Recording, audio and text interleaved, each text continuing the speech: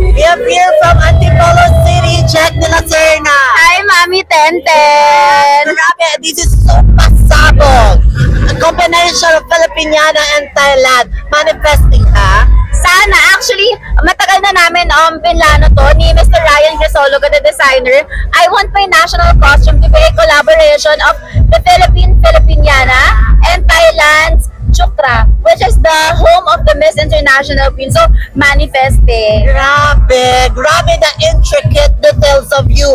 Naloka ako sa pagpasok mo. Wow. Aside from that, you are always giving us a good show. How prepared are you for the Miss International Queen Philippines?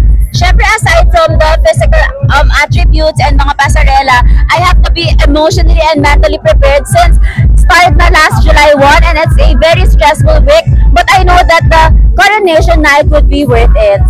Grabe ha, you are one of the most uploaded sa preliminary pala competition of Miss International Queen, and we will be waiting for your more pasabogs on the coronation night at MOA Arena. Maraming salamat and see you there, candidate number 37. Yes, for of course Antipolo City, Pareho Antipolo.